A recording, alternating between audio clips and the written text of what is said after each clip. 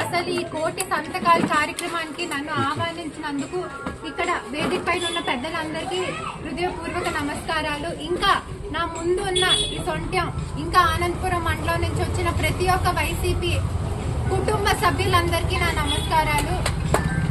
ఈరోజు అసలు కోటి సంతకం అన్న కార్యక్రమం మన బాస్ అయిన జగన్మోహన్ రెడ్డి గారు మనకి అప్పచెప్పారు. అది ఎందుకంటే మనం గత ప్రభుత్వంలో మనం 2019 నుంచి 24 వరకు మనం పరిపాలించినప్పుడు పేద ప్రజలకి న్యాయం జరగాలి అన్న ఒక సంకల్పంతో మనం మెడికల్ కాలేజెస్ కట్టాము. 17 మెడికల్ కాలేజెస్ కట్టాము. దాంట్లో 7 పూర్తి అయిపోయాయి. అసలు మెడికల్ కాలేజెస్ వల్ల వచ్చే లాభాలు ఎన్నో ఉన్నాయి.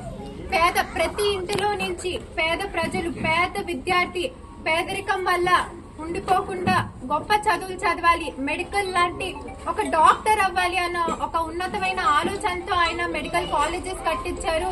అవన్నీ ప్రైవేటైజ్ చేసే ఒక చాలా దౌర్భాగ్యమైన స్థితిలోకి మనం వచ్చాం. ఇది ఖచ్చితంగా మనం ప్రతి ఒక్క గడప దాకా తీసుకెళ్లి ప్రతి ఒక్క మన కుటుంబ సభ్యులందరికీ ఖచ్చితంగా చెప్పి అవగాహన కలిగించి వాళ్ళ చేత ఈ ఫామ్ మీద సంతకం తీసుకొని ప్రతి ఒక్కరి దగ్గర నుంచి 1 కోటి సంతకాలు తీసుకొని గవర్నర్ గారి దగ్గరికి తీసుకెళ్లి ఒక ఉద్యమంలా చేయాలని చెప్పి నేను కోరుకుంటున్నాను.